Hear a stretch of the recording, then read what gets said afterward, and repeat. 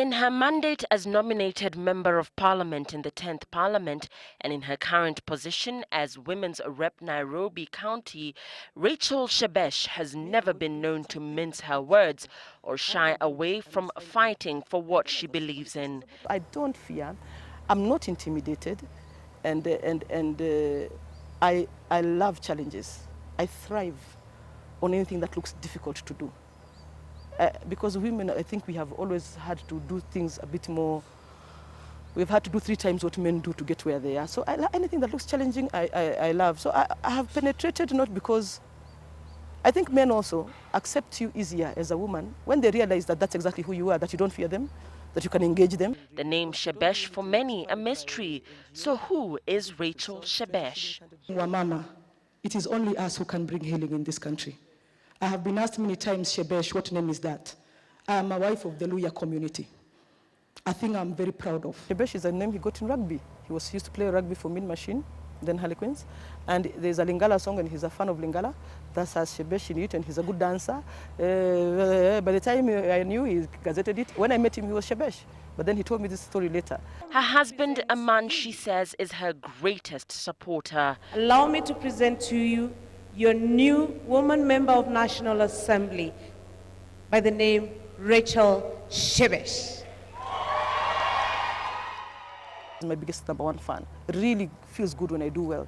Whenever I speak in Parliament and he thinks I made a point, he's the first SMS I get. And when he thinks I didn't do very well, he also says, yeah, get a grip. That's not the right thing to do. I'm a grandmother, actually. I have a 1-month grandson called Tuti. I have 3 boys, 22, 22, and 13. In an interesting revelation of her entry into politics, Shebesh tells me she first had to clean out her emotional and psychological closet before finding what her calling in life was.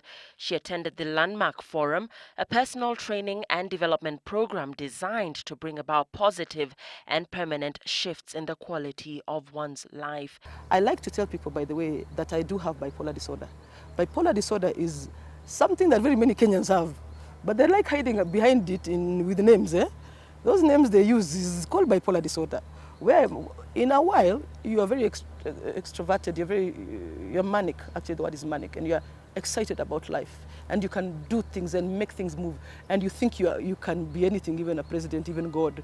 That's just the way that personality works. And then there's a time that you go totally deep into depression, and that's the time when in life you start asking, is this it?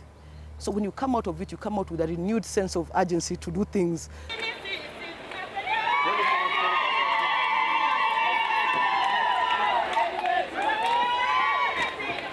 She became committed to making a difference with Nairobi's slums and began working with women's community organizations in efforts to foster this change. We have 22 groups. They are the reason why I exist. They are the reason why I can win a seat in Nairobi. They are the reason why people can listen to me. Because now anybody who goes to the ground to work with NGOs or CBOs or any women group, they will find Vision Sisters. And when they find Vision Sisters, they will hear about Rachel Shebesh.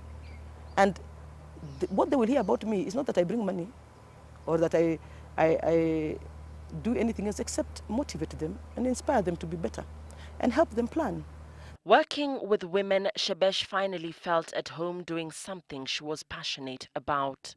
Today you will find all those groups have income-generating projects, not from money from NGOs, not from anybody else, but from their own initiatives of putting aside their own 100 shillings, their own 20 shillings in some areas where they can't even afford more than that. Representing the Nairobi women in the National Assembly and fighting for women's rights is a responsibility she is taking head on. I believe that the prison reform system has suggested that petty offenders do community service and report to police stations. It just has never been effected. And so I plan to bring a motion and legislation to ensure that that is effected.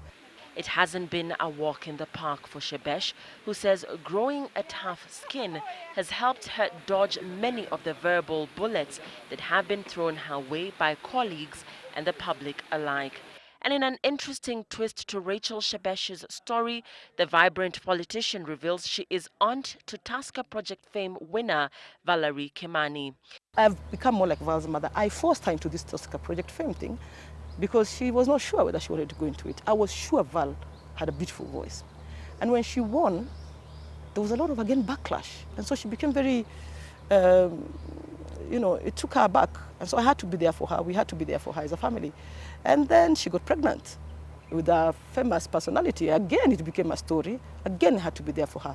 But every time I talk about Val, I get very inspired and I get very confident that any young woman in this world can make it. Because right now, she just opened her production at Las Vegas Broadway. In case Kenyans don't know, she's really done for herself the best that any artist can do. Creativity and art's obviously a trait that runs in this family, as Shebesh tells me she is a fashion and interior designer. I have been a designer all my life. That's what I do. I make my hair, by the way, in Kenyatta Market. I make my hair in Tomboya Street, Nature House, where you will hear the real problems of Kenyan women. I am sure in the nice salons you go to, you talk about your cars and how you went to the Tidobi and didn't get a spare. When I go to make my hair, I hear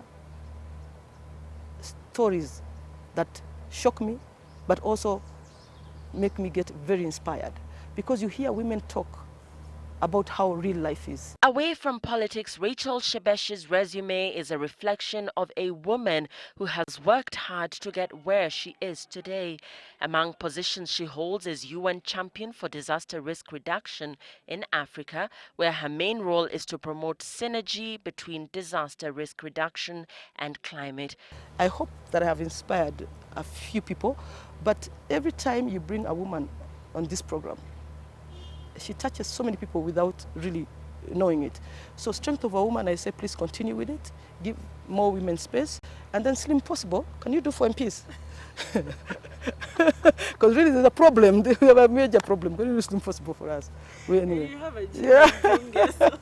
She is a champion for women and a woman that has been propelled in her political career by the very same women she has committed to working with and for.